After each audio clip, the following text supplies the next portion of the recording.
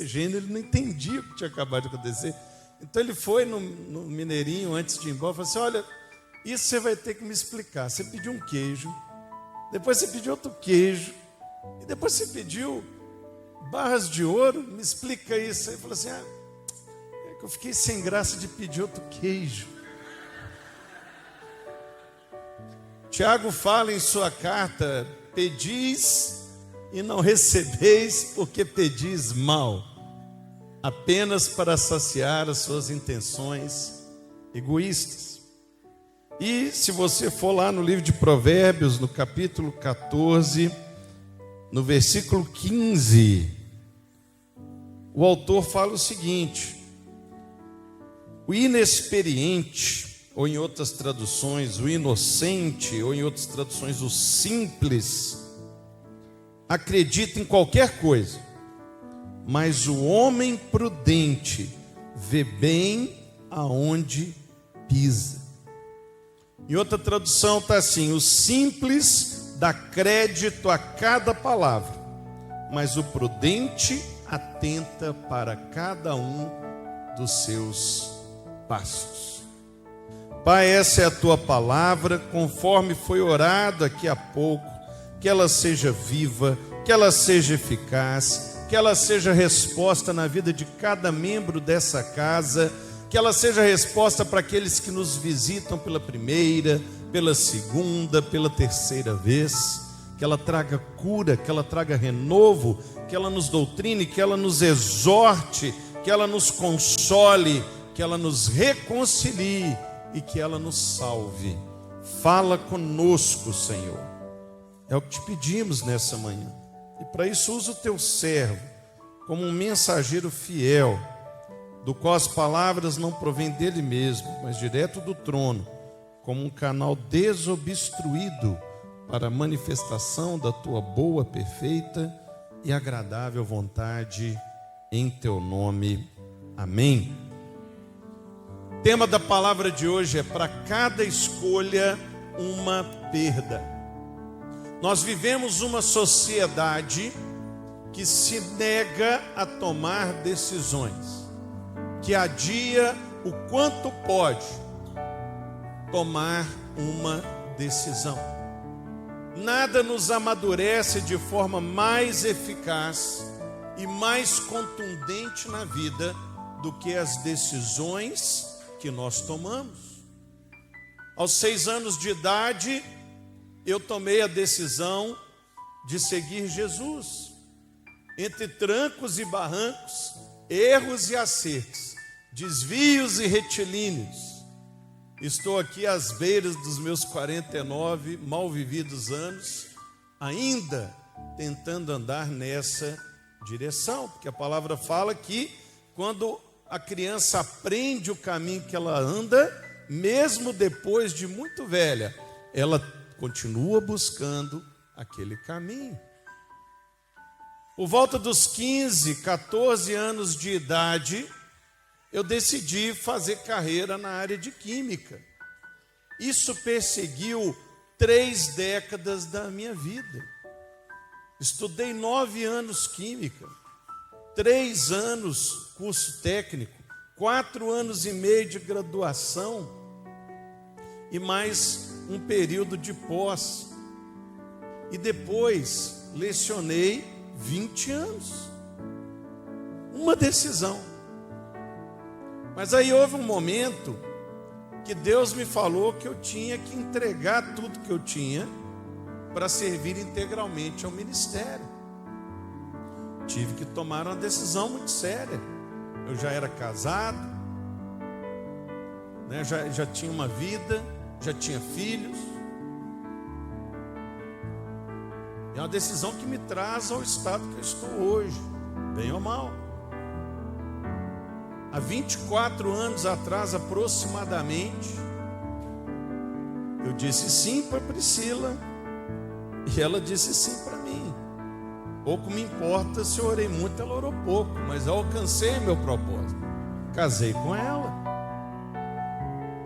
Fiz uma escolha, tomei decisão e tem 24 anos que eu carrego as consequências dessa decisão.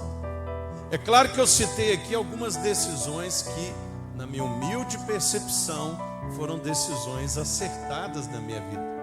Mas nem sempre eu tomei decisões acertadas. E algumas decisões erradas me levaram a consequências duradouras. Existem consequências que você vai carregar o resto da vida. A pessoa que decidiu tomar a primeira picada do crack, todo dia ela tem que tomar a decisão de não tomar a última, que pode ser a última, pode ser a que vai matá-la. Aquela pessoa que fez, né, a recondução, né, a pessoa que fez a reabilitação, todo dia para ela é como se fosse o primeiro dia. Ela tem que decidir não cair de novo.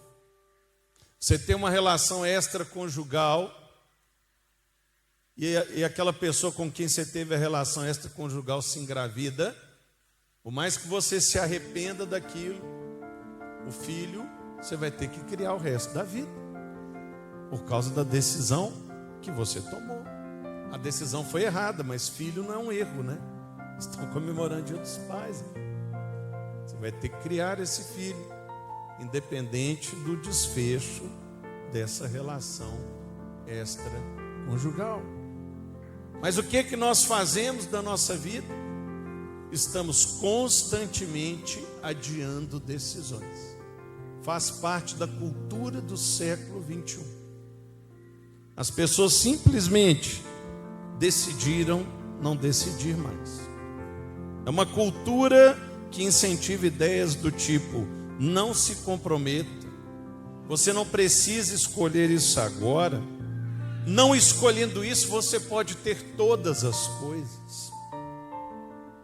Mas a vida real não funciona dessa forma.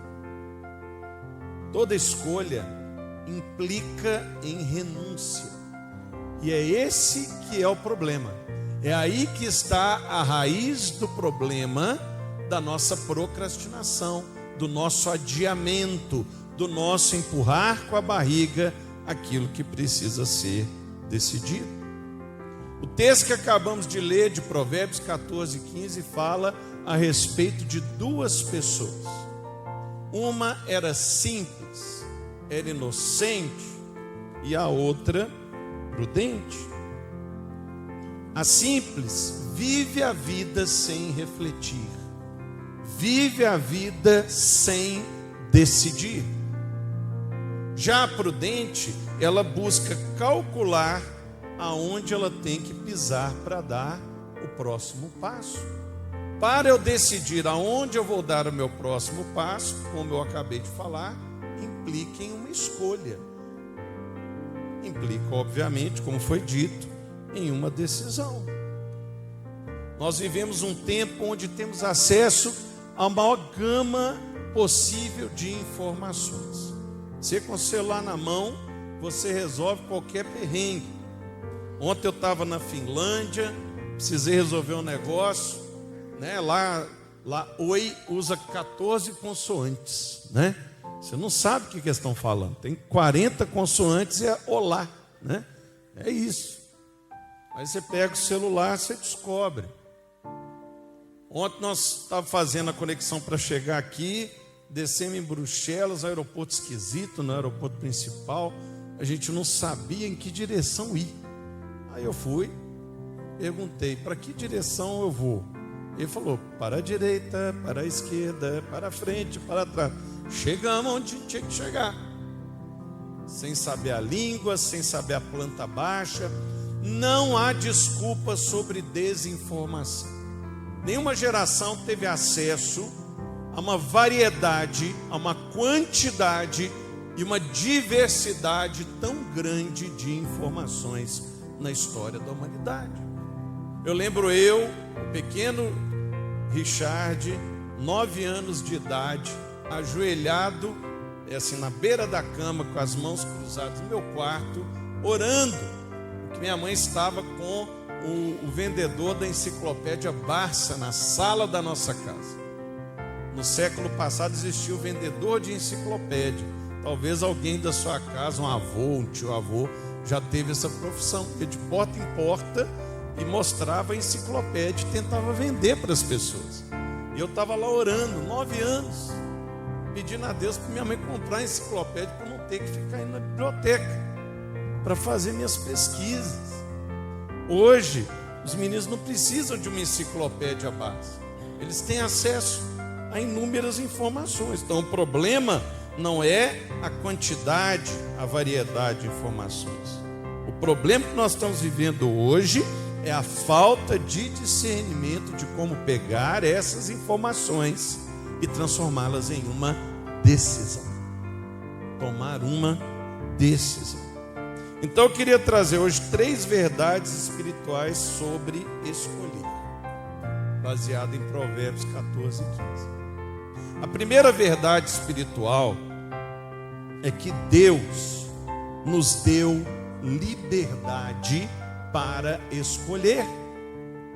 Deus, quando criou o homem, quando criou a mulher, as primeiras coisas que Ele colocou para eles foi: primeiro, Adão, escolhe um nome para cada animal. Adão, Eva, olha, vocês têm a opção de comer ou não comer daquela árvore, mas eu não recomendo. Se eu fosse vocês, não comeria. Mas vocês podem comer ou não comer. Desde o princípio, Deus colocou em nós uma liberdade de decidir. Eu não vou entrar aqui em discussões teológicas sobre livre-arbítrio e predestinação. Não é sobre isso que eu estou falando. Seja calvinista ou arminiano, todos concordam que Deus nos deu capacidade de tomar decisões. E lá no Éden, lá no paraíso, antes do homem dar as costas para Deus, Deus já esperava do homem tomar decisões. Ele não queria robôs espirituais.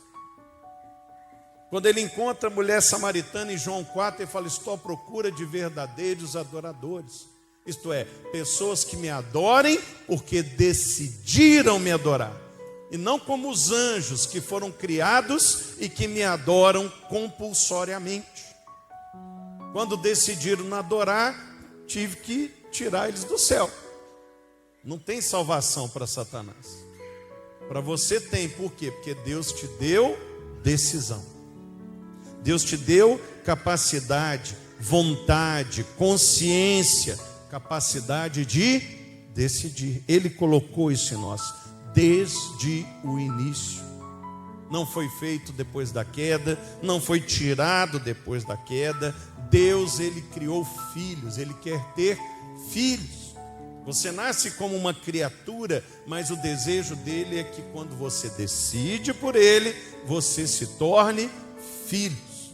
Ele não quer zumbi, ele não quer robô, ele não quer uma pessoa sem capacidade de decidir. E qual que é a consequência disso? Se Deus nos deu a capacidade de decidir, Ele também colocou diante de nós 2 cenários. Você pode obedecer e você pode desobedecer.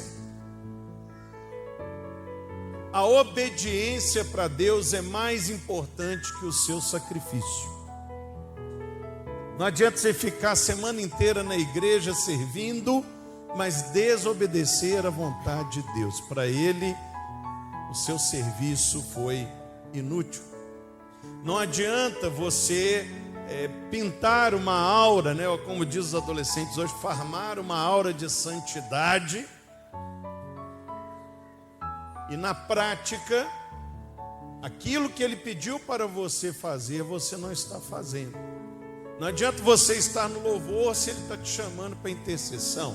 Não adianta você estar no Kids se Ele te chamou para o evangelismo. Não adianta você querer ser pastor se Ele te chamou para ser médico e pastorear médicos. Não adianta.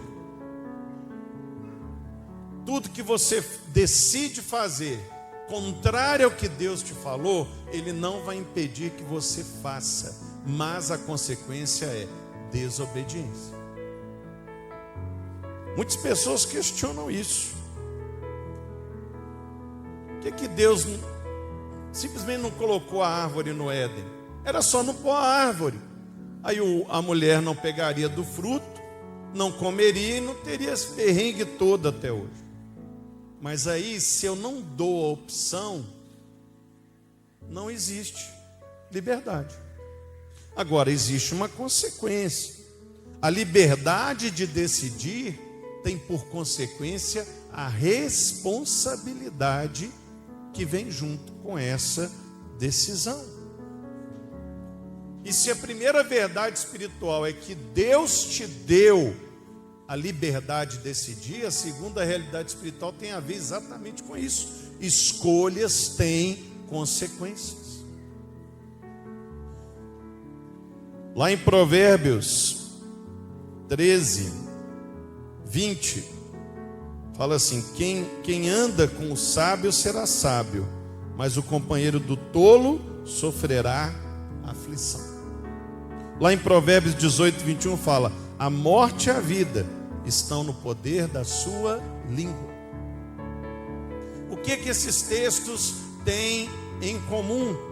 Eles mostram que o que você escolhe falar vai te trazer vida, vai te trazer morte.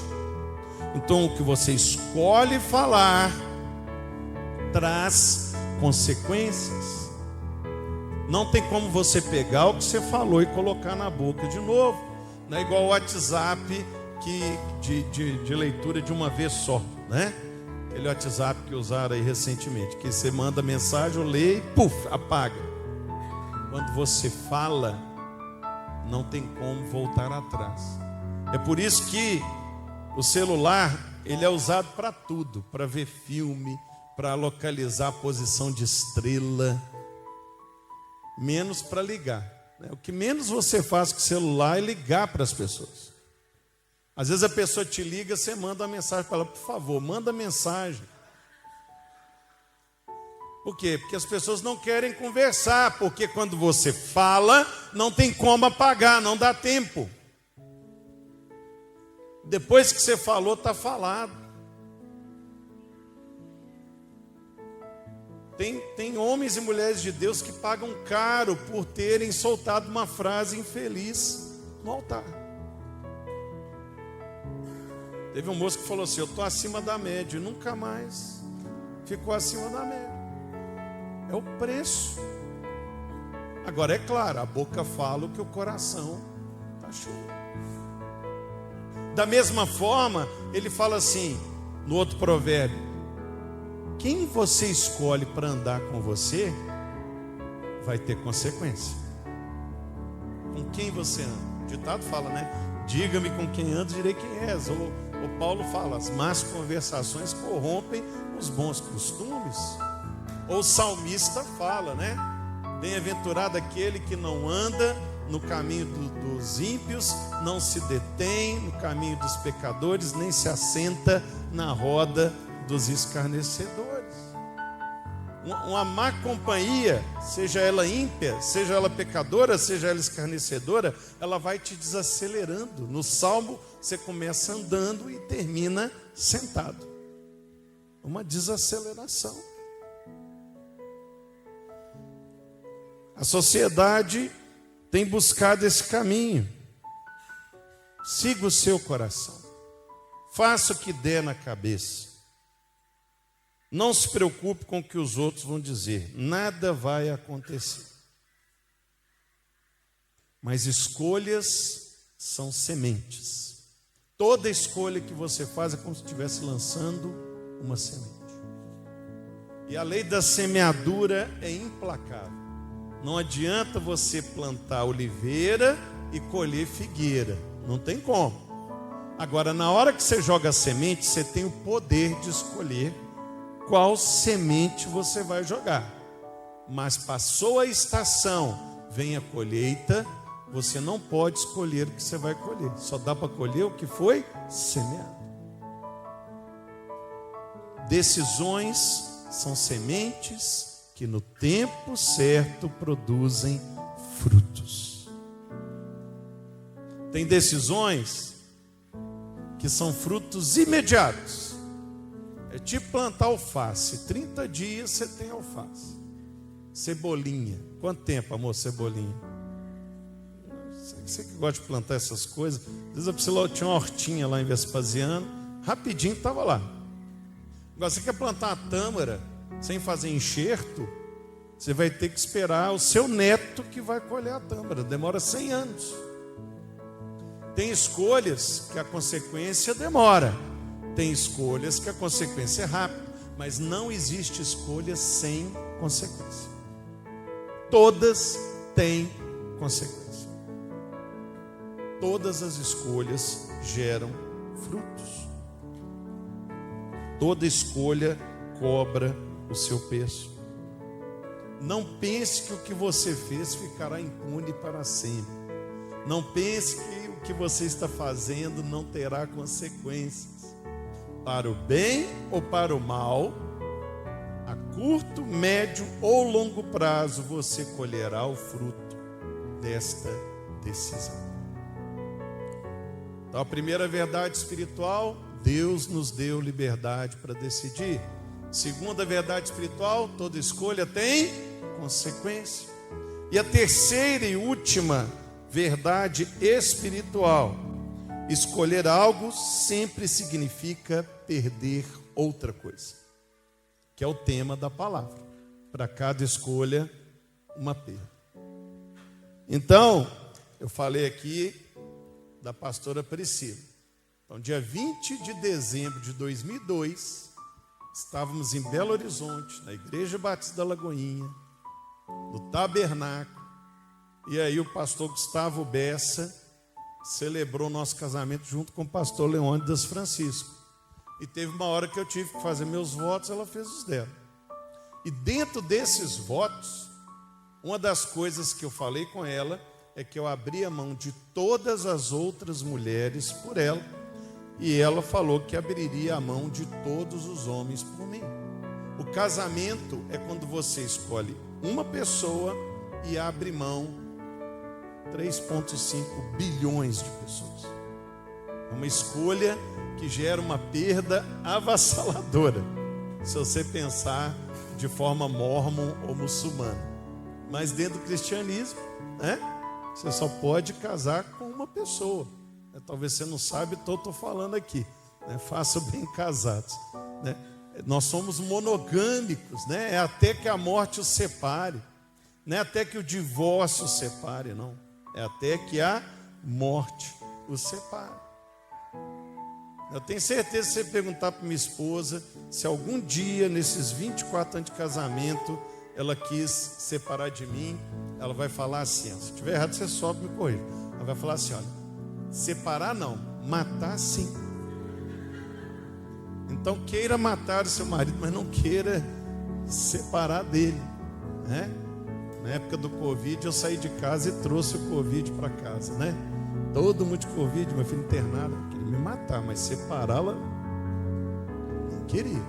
Você morre, eu caso com outro. Aí Deus abençoa, né? Mas falando sério, o casamento é uma escolha radical, onde você, no meu caso, eu abri mão de todas as outras mulheres. Até que eu morra, ou até que a Priscila morra, é eu e a Priscila. Esse é o peso que as pessoas não querem encarar. Elas não querem encarar as perdas intrínsecas nas escolhas. É impossível separar a perda da escolha. Então eu não escolho porque eu não quero perder. Então o sujeito fica enrolando a moça, bodas de noivado, 10 anos de noivado, aliança de compromisso. Irmã, cuidado com a aliança de compromisso. É a aliança de vou te enrolar mais 5 anos. Não noiva com esse cara se ele não falasse, eu estou noivando com você e vou casar dia tal. Noivado é para declarar o dia que você vai casar. Não é para ganhar mais tempo para ver se vai dar, né? Noivado não é test drive. Tem pessoas que não escolhem e ficam soltos, não escolhem carreira. Porque quando você escolhe carreira, você perde as outras. No dia que eu escolhi ser professor de química, eu não pude ser professor de história. É um caminho. Aí a pessoa fica adiando as decisões.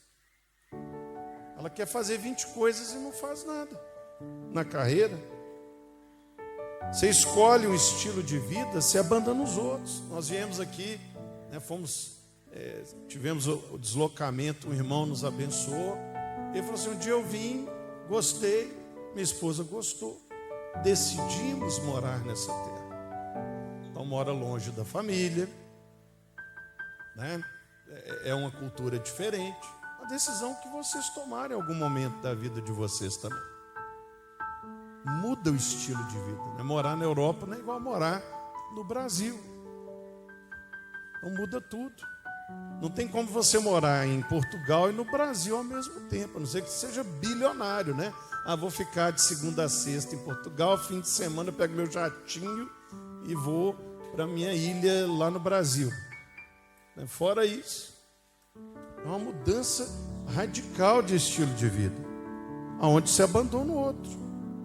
E no mundo espiritual é a mesma coisa. Quem escolhe o reino de Deus precisa perder algumas coisas. Você perde a sua vontade, você perde os seus projetos pessoais, você perde o seu ego. Não é fácil. E você perde o mundo. Quem escolhe o pecado perde relacionamento com Deus, perde intimidade com Deus, perde tempo. Mas se você escolher a sabedoria, você perde a ilusão da imprudência. O mundo quer que você viva todos os caminhos, experimente todas as sensações e viva todas as possibilidades. Mas deixa eu falar contigo, põe a mão nas minhas palavras. Isso é impossível. É impossível. A vida vai exigir de você decisões claras. Lembra do texto? O prudente atenta aos seus passos. A vida é como uma esteira. Sabe aquela esteira de aeroporto? Você está com preguiça de andar? Aí você sobe nela, ela vai te levando.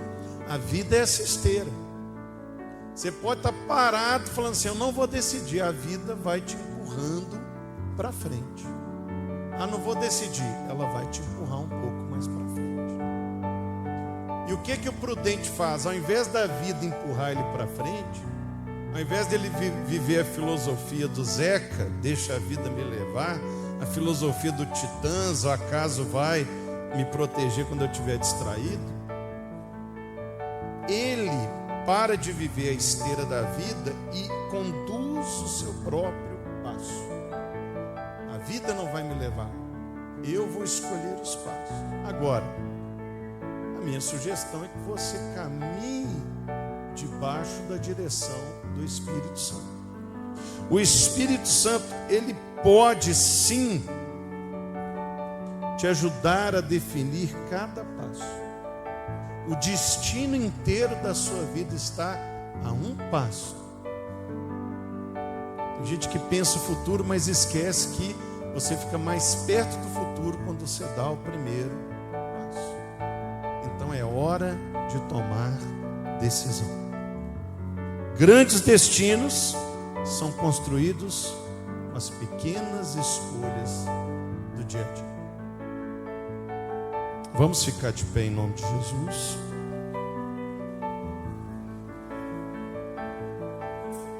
Feche seus olhos, curve sua cabeça. A vida é construída por decisões. Decisões espirituais, decisões morais, decisões relacionais, decisões diárias. E cada decisão que você tomar, um preço será pago. Por isso você está adiando as decisões na sua vida, porque você tem medo das perdas. Mas a pergunta que você vai fazer a partir de hoje não é o que você vai perder se você tomar essa decisão. A pergunta que você vai fazer a partir de hoje é a seguinte: o que vale a pena perder para ganhar Deus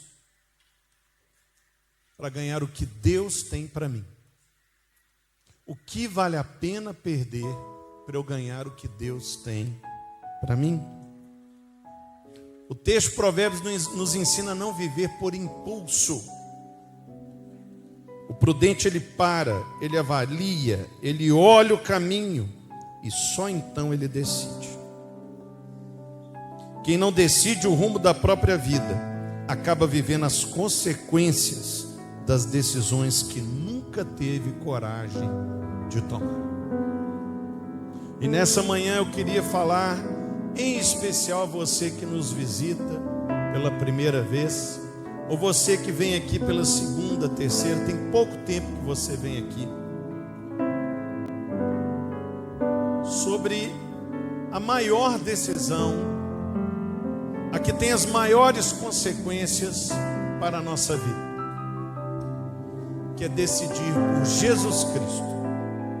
É dizer sim, Jesus, eu quero que o Senhor seja o meu único e suficiente Senhor e Salvador. Talvez você está adiando essa decisão há muito tempo. Chegou a hora de tomar. Não deixe para depois. Nós não sabemos o dia de amanhã. Pare de fugir desse Jesus.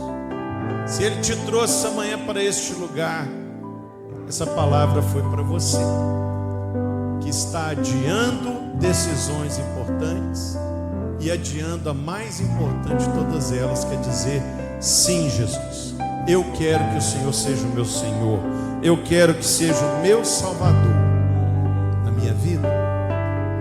E talvez você já tenha tomado essa decisão lá atrás, mas depois começou a escolher o pecado, escolher outras coisas, foi se afastando, foi se esfriando, porque essa é a consequência do pecado, o nosso afastamento do relacionamento com Deus. Mas Ele te ama tanto, que Ele te trouxe aqui essa manhã, e Ele te dá a oportunidade de decidir voltar para Ele.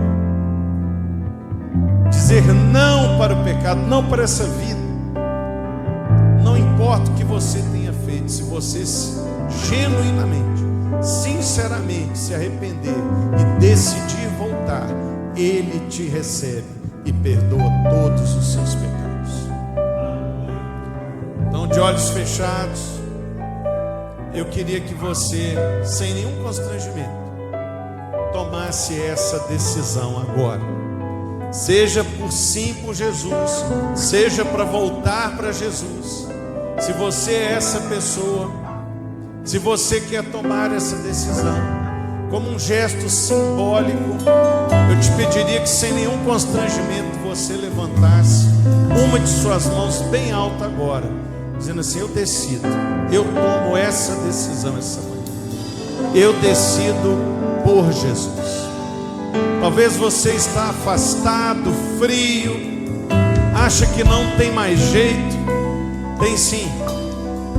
Levante sua mão, tome essa decisão, e eu tenho certeza que sua vida nunca mais será a mesma. As consequências de dizer sim para Jesus são libertadoras.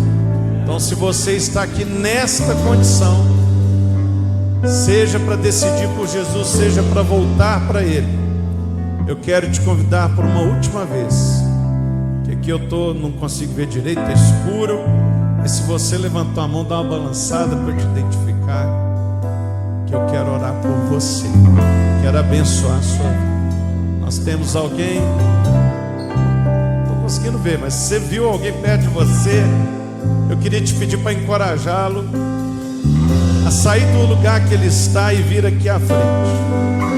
Queria te convidar a dar esse passo, sair do seu lugar e vir aqui à frente.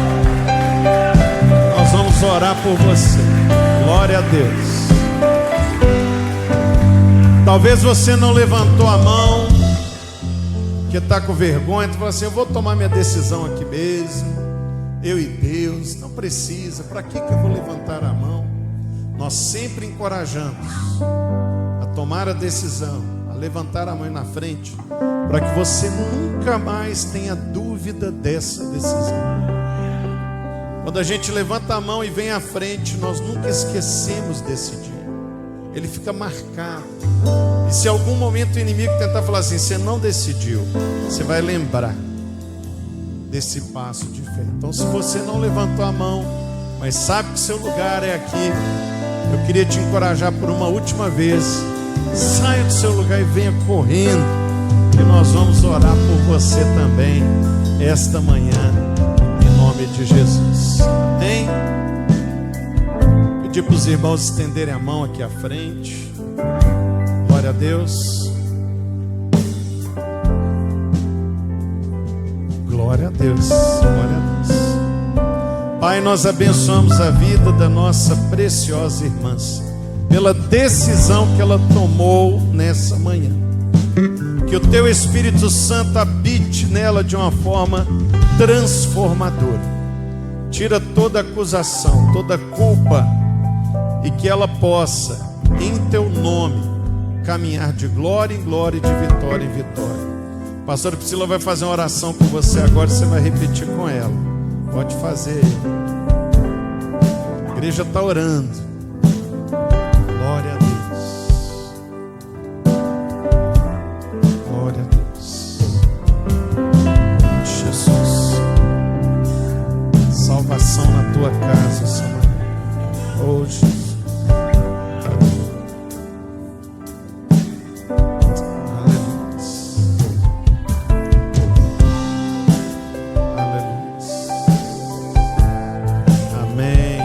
Glória a Deus. Vamos dar uma salva de palmas. Eu queria